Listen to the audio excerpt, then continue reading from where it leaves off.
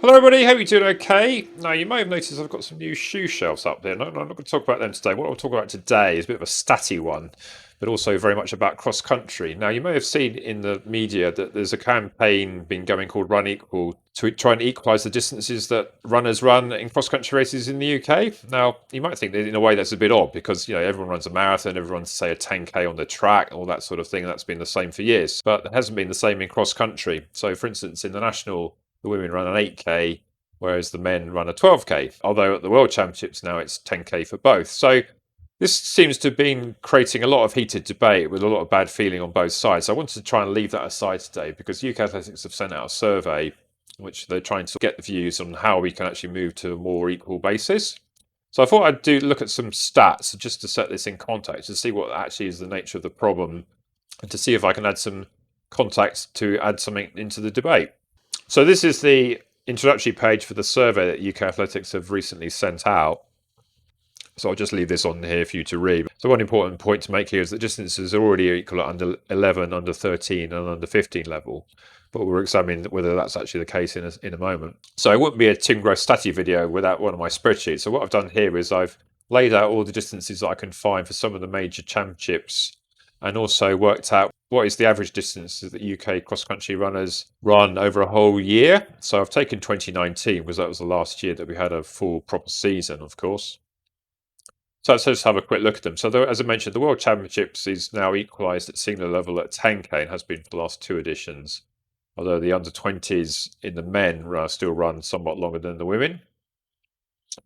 If we look at the English national, then the men run 2k longer than you would do at the Worlds, but the women run 2k less. And in the under-20 level, there's even more of a disparity. As you go down the distances, then at under 15s and under 13 level, as we saw in that UK Athletics statement on the front page of their survey, that is now the same, whereas the under 17 men run a kilometre more. Now the Scottish have already decided to equalise all their distances, so you can see there that they're the same distance for each age group in each gender. And the same is broadly happening in inter-counties. At senior level, that's the same. There's still a disparity at under 20 level, but I think that may have been that they were trying to pick a team for a championships like the Worlds where there was a disparity. So it made a bit of sense from a performance point of view to mirror distances that they were trying to select a team for. And then at under 17 level, you have this rather odd situation where you've got slightly a longer distance in under 17 men than the women, and then under 15s and under 13s are the same. Now, the Southerns is traditionally the one where there's been a lot of debate about the men running this sort of traditional 9 miles or 15k in new money, but the women are only running 8k, so more or less half the distance. There's actually a disparity here at even under 15 level, which UK Athletics have said has now been equal for some time. Well, it wasn't in the Southern Championships, and nor is it in English schools. So obviously, you've only got under 20, under 17, under 15 and that, but you can see that there's a massive difference there between what the boys run and what the girls run. So looking at the average performances, then you can see here that the average distance run by men over an entire season is only 9k, which interesting is somewhat less than the championship distances. And that's probably because the traditional distance for a men's league is about 5 miles or 8k. So you can see a mixture of all those 8Ks and some of these longer ones, you come up with 9k. And traditionally with the women, it's often a 6k in a league race. So you've got this 2k disparity pretty much throughout the year. And that's perhaps unsurprising when you come up with the stats, you get these two figures. But I think also I would say there that those figures of an average performance are perhaps a lot less than the headline figures. So, the men are, as I said, running a lot less on average than they would do in some of these distances, which are sort of the races that get all the headlines. And it's the same differential at under 20 level, but as you go down the age groups younger and younger, then the disparities get shorter and shorter. So the fact that the under 13s and under 11s are pretty much the same, and the under 15s only slightly different, perhaps with these anomalies with the English schools and the Southerns there.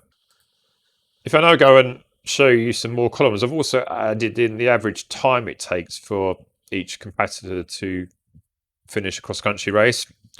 So that means that here that on average, each cross-country performance by a senior man takes 42 minutes, and the average distance of that is just over 9k. So you can see here that the times are pretty similar, almost identical actually up till under 17 level, but under 20 level and senior level, the men are actually running for longer, both in time and in distance.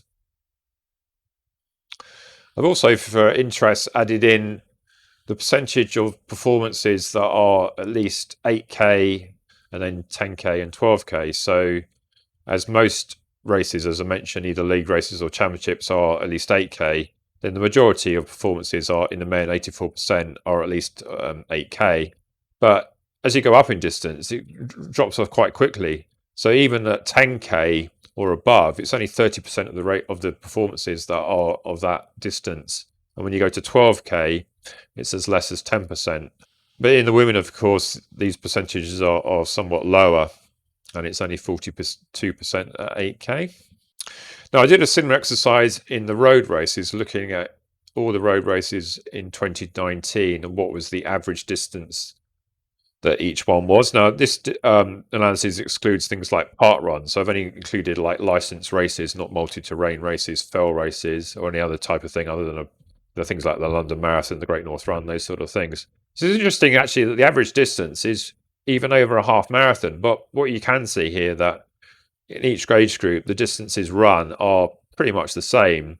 Although there is a slight difference in the seniors, maybe just reflecting that a few more men do half marathons and marathons. But you would say on average that there's no real significant difference here. Clearly, on average, a lot of women are doing half marathons and marathons, which is why this distance here is so high, and proportionally much higher than it is on the cross-country one. So I hope you found this stats interesting, and I think it adds value to the debate. Don't forget to fill in that survey. Be good to hear all views, and I'm sure then the powers that be can make the appropriate decisions armed with the information that has been provided. So I hope you found this interesting, and see you on the next one then. Bye.